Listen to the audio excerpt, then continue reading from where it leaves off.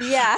We're just started talking about the pathology project because I'm trying to figure out if the workload is too heavy or if it's all right. But it seems like when we get the group together to organize, it works, right? It seems like workable. So you guys created the Google Share link, and then you guys meet each week once on the Zoom link I've provided for the class. That's what you said, right, Mariana?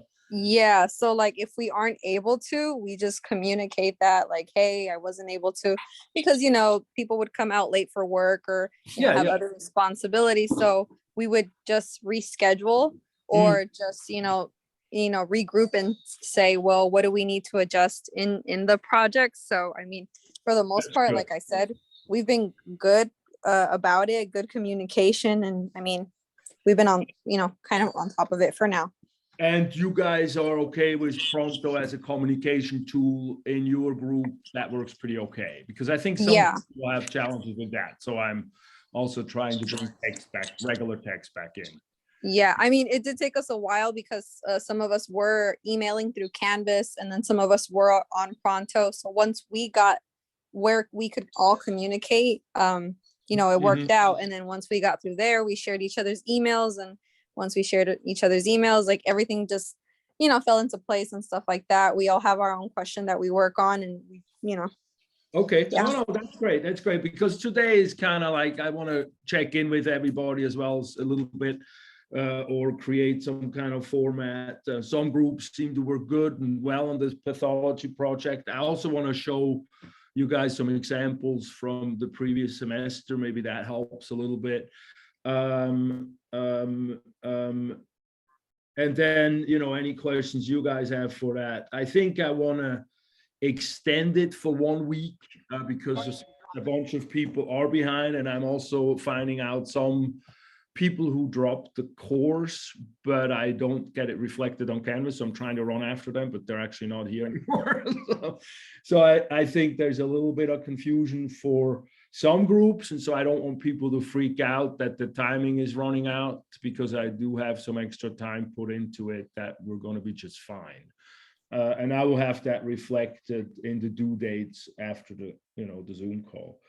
Because I've also thought what I would like to do is just briefly check in with each group on an individual basis, maybe for, as little as 10 minutes, and see where everybody's at on a Zoom call. And so I'll be reaching out to your groups individually through multiple formats. Probably I include Pronto and text for sure, because it seems like some Pronto is a little difficult.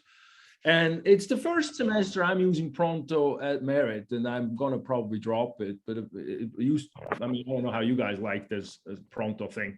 I had to use it at another school because they talked about privacy and all that stuff. But it seems like it's more difficult for some students, and I don't reach everybody as compared to text. So you guys, just as a little survey or a couple of voices, prefer our communications from school to go through your text or through your Pronto, besides announcement and shit and email and stuff? Pronto is fine if it's working on my phone. Okay. Yeah, I also use Pronto as well. Okay. Are you guys preferring that because it's more like a separate thing, so you're not getting inundated with stuff? Versus... Yeah, it's easier just to keep track of like what the conversations pertain to. Yeah, that's what I feel. So that is what I find positive about Pronto. It's pretty well set up. So I'll probably end up running it parallel or something, because it's not that big of a deal for me.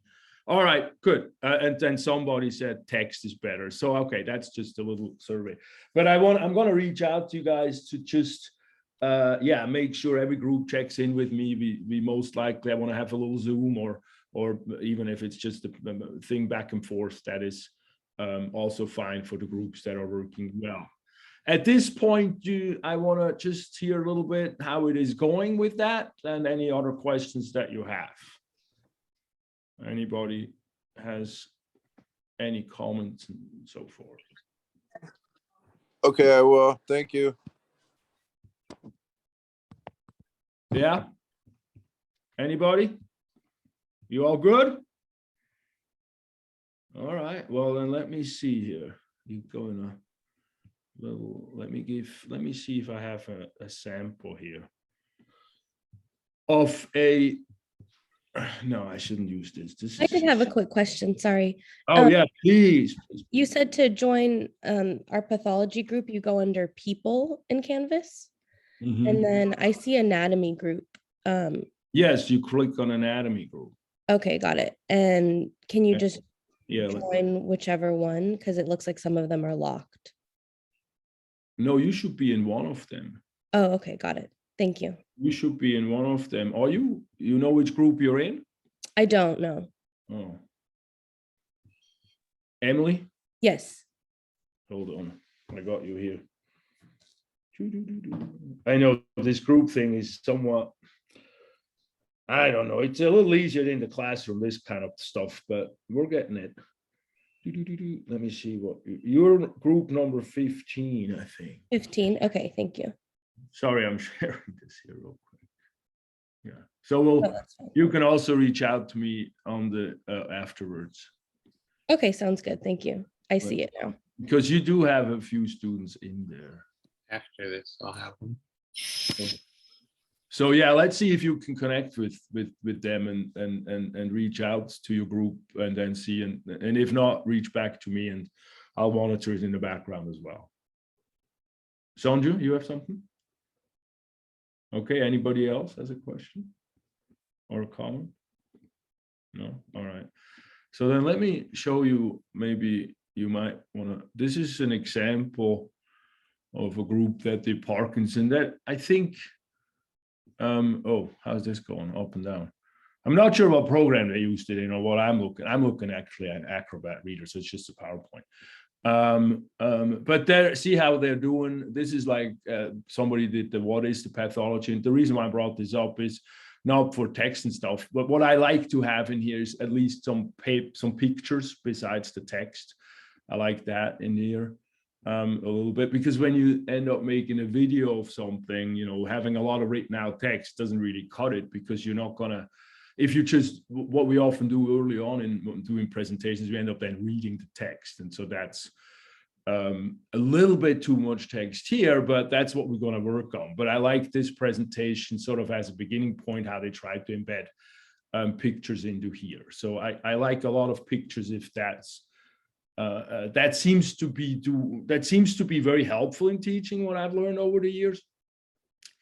So that's why I'm promoting that as much as possible. And then this here, I don't know, I think these people are professionals. They're really freaking good. So don't worry if this is like blowing you out a little bit, but see how they actually did it. And I think they used they actually used a program at the end, which I've never heard of, but they were really going strong on this stuff. See here, flip pick. So that's something that, if you want me to give you, I can cut their names out and then maybe give you an example. See how they're having a lot of pictures on each page, some text that then they can teach the class what's going on. This here talks about, you know, what the cases is in the world, in the US. That's sort of question one a little bit.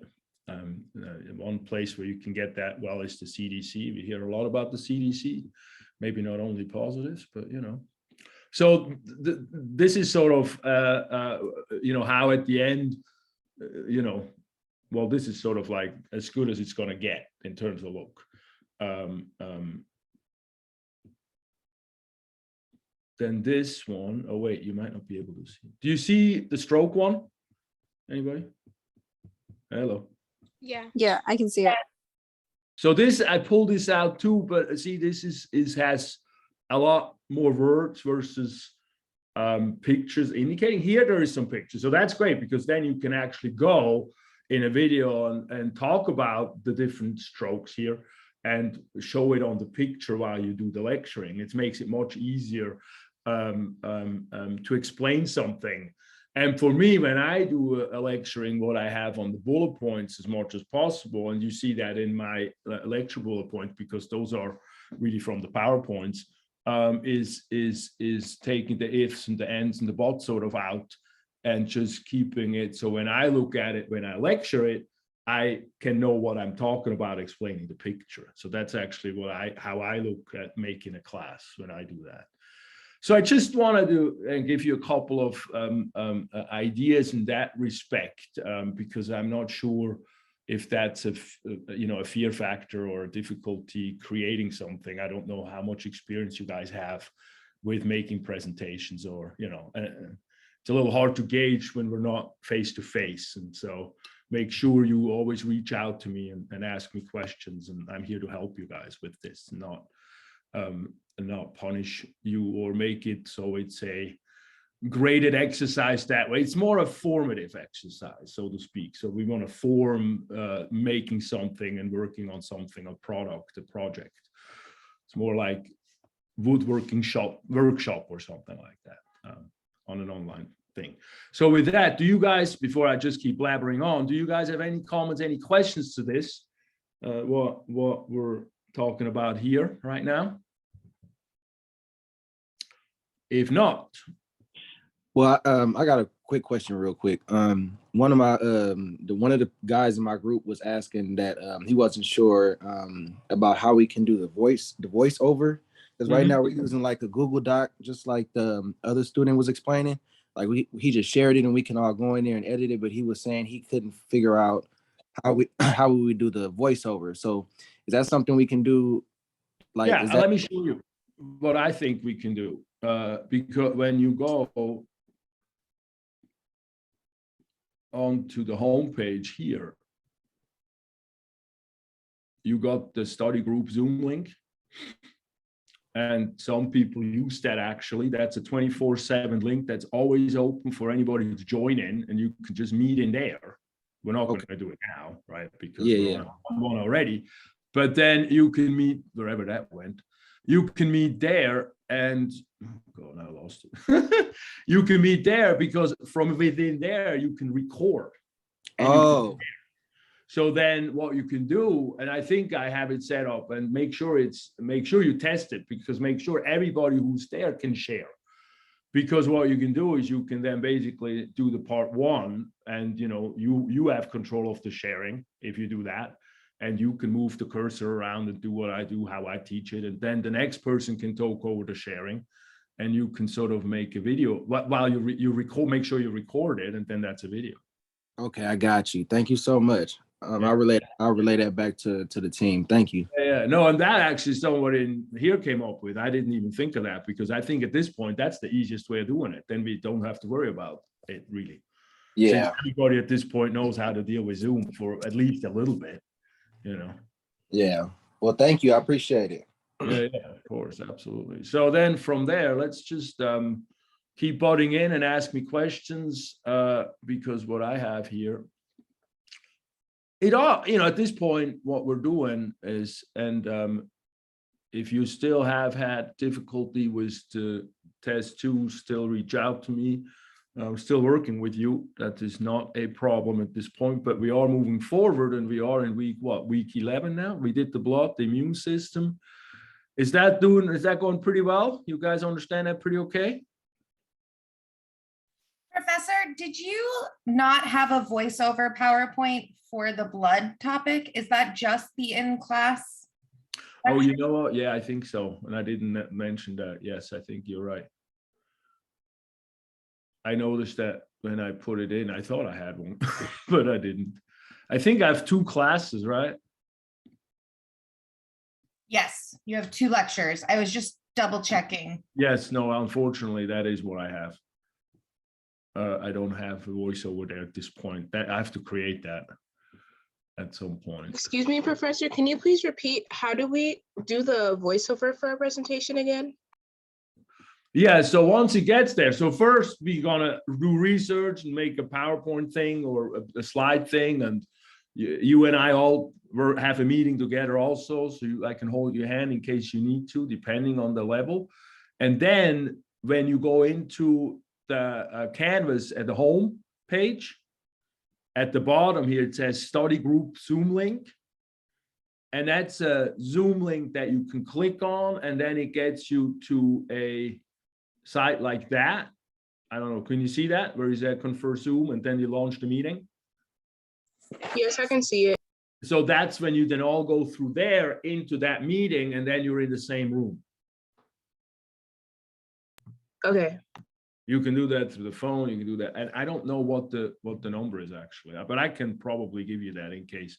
But if you go through the front portal here, you're going through that. You can always just create your own Zoom thing anyway. You know, I mean, that's not a problem. But here's one that I've created, and in this one, then what you can do at the bottom, when you launch the meeting, at the bottom you can record the meeting. And then you can share the screen. And Okay, I got it. I can show you how to do that. Okay. Play with that. Somebody, I don't know what you see and what I see, but there is a sharing the screen button, and then there is a recording button. And so you can then record the video, and then we can up, you know, that one comes down, and we can make sure we upload that, and then that's it. Okay, thank you so much. Mm-hmm. No problem, of course. And as you probably noticed, and please reach out if my instructions are weird, not clear, because I'm just creating this, and this is the second time I'm doing it fully online as the Pathology Project. And so I'm sure I got a lot of glitches, and I need a lot of help in making it so it's something interesting and not something frustrating for you guys. So please work with me. And again, don't feel bad reaching out and saying like, hey, can you change that a little bit? That's a little weird. Because I usually try to listen to that. So this was week 10. So we had the blood, we had the immune system, and you said that were pretty okay for you guys. That wasn't too harsh. All right. Good. Yeah. Yeah, everything seemed pretty straightforward and easy to read. Okay. And I think we're continuing because in that fashion, because we have now the next couple chapters, we have the endocrine system and the integumentary system, and then we start with the nervous system. So we're sort of gliding into the nervous system to this week, which I kind of like. It's kind of a cool system, really. When we look at look at that. Now, actually, what I create, hold on, I'm really trying to be very good. I've taken this class on becoming a reviewer for online classes. So, or I'm learning it, sort of whatever I want to do. But here are my weekly objectives. So I'm really working on that.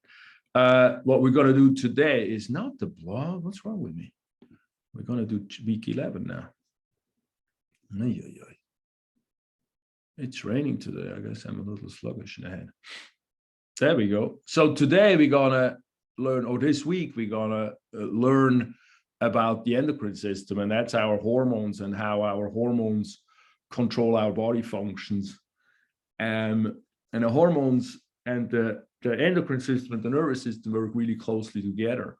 And so the nervous system sort of controls our body function. That is sort of a reactionary, fast, quick sort of thing that, like, you don't fall down, you have to make sure the muscles respond properly, kind of thing, reflex types. And then the endocrine system sort of controls more things that are ongoing processes, like growth, like reproduction, like metabolism, like how we use the energy in the body and stuff like that, how we use the sugar, the insulin stuff, and so forth. And so that's what we're learning in that thing. And hormones are chemicals that are secreted into either the bloodstream, and this is where here comes differentiated two types of glands, either the bloodstream or the outside world, because when we look at glands, we look at also like sweat glands and things like that. But in this chapter, we mostly talk about glands that control body function, like growth, etc. And so we go through those glands and we discuss their hormones, and you can also then, after this chapter, sort of describe their action and understand that a little better. Understand also, we're going to go a little bit into now how the brain, the thinking works together with the body function, because that's where that comes in. That sort of psychic, the psychology works with body function, the psychosomatic or somatopsychic, sometimes we also call that, because like if somebody has chronic pain, for example, over time they get depressed, it affects them mentally. And you know, So we're not that good with medicine with figuring that part out, but that's part of that. And so that's where that goes in. And then after that chapter, and so that's kind of, I really like this chapter. It's not that, it's pretty straightforward as a chapter goes. Professor, did you intentionally not put a due date for week 11? Oh, did I not do a due date? Oh, look at that. Thank you. Countering a coal mine, I forgot. Yes, that will be next week. And then on this Sunday, it's when we have to turn in the pathology, like the research stuff. No, you said you were extending it? I'm going to extend that 1 week so we can just work like everybody be on the same page afterwards. And if you've done a lot of work already, have a little more time for doing it. Yeah, so I'm going to extend that. So this week, yeah, you're going to have the questions, and then finishing the blood pressure, salt intake with a little discussion, and that's some tips and questions at the bottom. But that's really it from this classwork in terms of this week, and besides the pathology project. Okay, but we went, where was I? With the endocrine system, here we go. And so we go through the hormones part, and then after that, that chapter is finished. Oh, and I said it's a very straightforward chapter. I feel it's like, this gland has this hormone and does this. The biggest thing that is interesting here, again, is that connection between the brain and the body, where the hypothalamus is part of the brain. It's deep inside, and that is a very important part, and we'll learn about it more, a very interesting part. And that part controls the pituitary gland, which is right at the bottom of the brain. And then the pituitary gland secretes a lot of hormones into the bloodstream and controls body functions and other gland functions. And so that's one of the really interesting part about that chapter. And then from that neuroendocrine axis, what they call that, then everything else is pretty much this gland does, this hormone, then this is the function of it. And so I want you to go through that and answer these questions. And I think, and then always make sure that you keep in mind to go to the, where was I? To the test review. Do not forget that, because this stuff can be overwhelming because it's a lot, not because it's that hard. I mean, some of it is, but it's also just because it's a lot of stuff. And I made this test review here. If I respond, here, test review, everything other than the anatomy terms. You click on here, it gets you to a Dropbox to here. And these are all the points that are on the test. So from once you go through the chapter, once you go through the questions, then I want you to go through this page, if you haven't, while you go through the chapter, and then you learn and make sure you understand all on here. And when you do that, then you're ready for the test. And on the test, you can use the sheet. So you do not, it's open book tests. My tests are not closed book. I want you to learn how to use the material, not just memorize it and not know what's going on. And so that, make sure you study it that way. Make sure you don't think you need to know everything for the test. You only need, on the endocrine system, you just need to know these. On the skin, you will only need to know this. And then the nervous system will have the rest here. Yes. Up to here. So this page is what we're going to cover. Once we're there, we're finished with that. So when it comes to the skin, we got here describing. Can you put it on mute? Hello, hello. Put on mute, everybody. Who's not on mute? Thank you. Perfect. The skin here, we just explain what it is and be able to understand the functions of it. There's a bunch of functions. Things like sweating is a function, like temperature control. We don't necessarily think of that, of the organ that just sort of covers us. We also have sensory controls in there. We can feel through the skin, or we can communicate. We can blush, for example, or we can get pale. That's communication. We can also, that's also a function. So that's kind of cool. Hello, go on mute, please. How not? Okay. And then the skin comes in layers.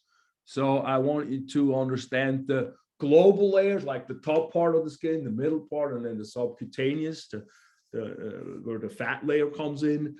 And then, and I also want you to go through the more smaller parts. The top layer of the skin has 5 layers that we're going to describe and figure out basically how the body makes leather, our leather, which is skin really is. If it's dried up, it's leather. And then lastly, we have a few appendages like the hair, the nails, the sweat glands, the oily glands. And that covers that chapter. It's again, it's fairly straightforward, not too much. You see the questions, like 7 questions on that.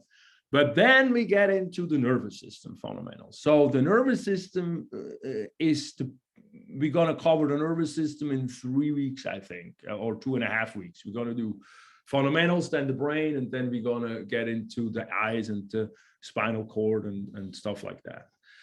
So the fundamentals is we have to understand how the nervous system works using the concepts of electricity. So I want you to go through those videos and bullet points in the chapter as well as you can, and make sure you come up with a lot of questions if it's not clear. And you reach out to me, we can meet offline like we did before, and I can make a video explaining it more. But it always helps me if I have some students asking questions and then explain it. So go through it and see how far you get. Hopefully it's good enough. It's a little tricky, but once you get it, it's not really complicated, this stuff. It's just, take your time to don't just read over it, try to understand it. And then we get into the neuroanatomy, the small part. The neuron is the nerve cell that conducts an impulse. We are able to list the parts of a neuron and work on that. And then we also have supporting cells in the nervous system that help the neurons do their job. And so we learn a little bit about them. And then we, lastly here, more or less, we learn about how neurons connect to other neurons. Because when you look at nerves, we're gonna do an exercise on gratitude, actually, because nerves connect to other nerves and then to other nerves and to other nerves, and then that creates a thought. And the more that a thought is being used, the more that connection is being stimulated, the stronger that thought becomes.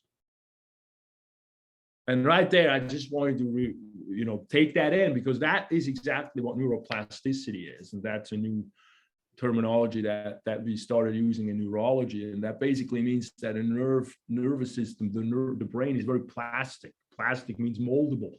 And it's moldable because whatever thought we are using gets strengthened. Whatever nerve connection we're using gets strengthened. That's why flashcards work so great, because when you look for an answer and then you find it, it's a little painful. Have you noticed? Studying is a little painful, but it gets you very fast to make this connection strong, and then it's not as painful anymore, obviously, once you know more what you're talking about. And so I like that. And the other thing that, so that's that concept, it sort of goes through it. And that, to me, is actually the main important concept of neurology in terms of how it is applicable to life, other than the regular medical stuff like eyesight and things like that and parts of the brain and so forth. But once I learned that concept of neurons that fire together, wire together, a lot of things got clear about my own, brain anxiety, et cetera, et cetera. So we can talk more about that if you guys like. Some of it is in the videos. The other thing here is interesting is when you really look at neurons, they connect to other neurons, or they connect to muscles or to glands, and that's it. So somebody, let's say we got anxiety going on in the head, we can either create more anxiety by thinking about it, do something with muscles, use muscles and diffuse the energy that way. That helps, or gets the nerve energy. Or sometimes we start smelling. Like I have situations in my office when I work on a patient and it's, you know, a really challenging situation, and then the patient leaves and I'm going like, why the hell am I smelling? And I smell my armpit, go like, darn it, that doesn't usually happen. And an hour later it's gone. Some reason for some, it's weird. But that's sort of what I think is interesting, because neurology really feels very big and complicated and everything like that, and the brain particularly. But if we can sort of narrow things down and categorize it a bit, it's helpful to understand it. And one thing that I found very helpful is the fact that, yeah, neurons really connect to other neurons, to muscles, or to glands, and that's it. That's the end of the story. They get information from more places. We're gonna learn that too, how the brain receives information via, we call that receptors, and that's where sort of the negative feedback loop comes back in. It's sort of the same way that the neurology works, is an information in and then a processing and an information out. But the information out is what we're talking about here. All right, anyway, I think that's already enough talking on my side, because that basically, I think, covers the week pretty much. Any questions you guys have for me?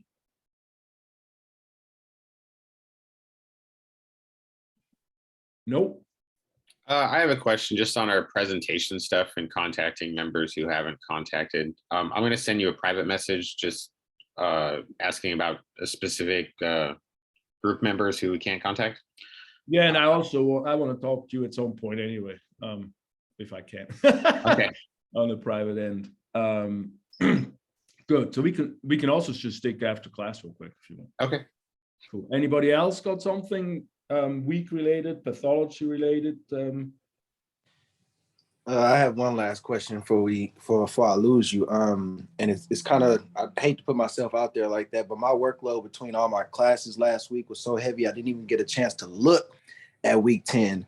So I plan on beginning it after a few of my other classes. At the end of the day, my question is this: what is the late policy again? Is it I forgot how, is it 10% each day or? Yeah, no, the late policy is a 0.1. Yeah, I think it's it's 1% each day, and it's up to 10.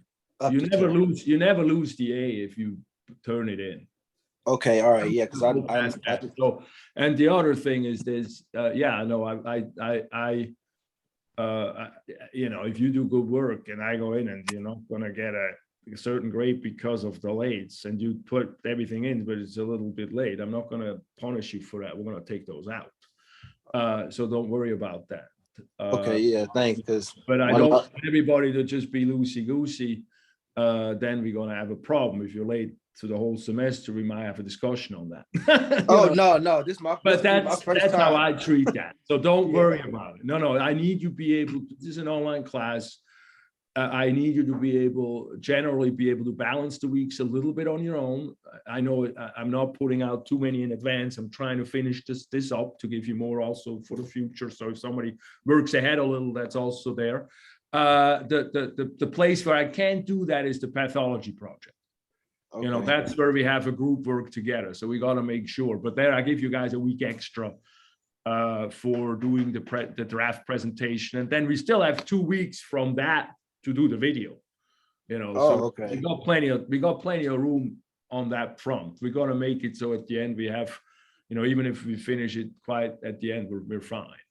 You know? Okay, yeah, because my anxiety been through the roof. But thank you. No, yeah, no, please, guys. I mean, we have to be a little pushy. School is a little anxiety, but I don't need to throw you over the cliff. All right. No, it's all good. I appreciate it. Well, thank you. I appreciate that. And I'll get learning process. It's a learning process. I have the same issues. If I get overloaded, I'm like start just biting my nails and don't do anything. It gets a little tricky. I know. All right. Anybody else on this front or anything else to the class? Otherwise, we can close it out. And I wish you a wonderful week. And reach out. Please reach out. Pronto text is the easiest. Email, I try to be on it as much as I can. And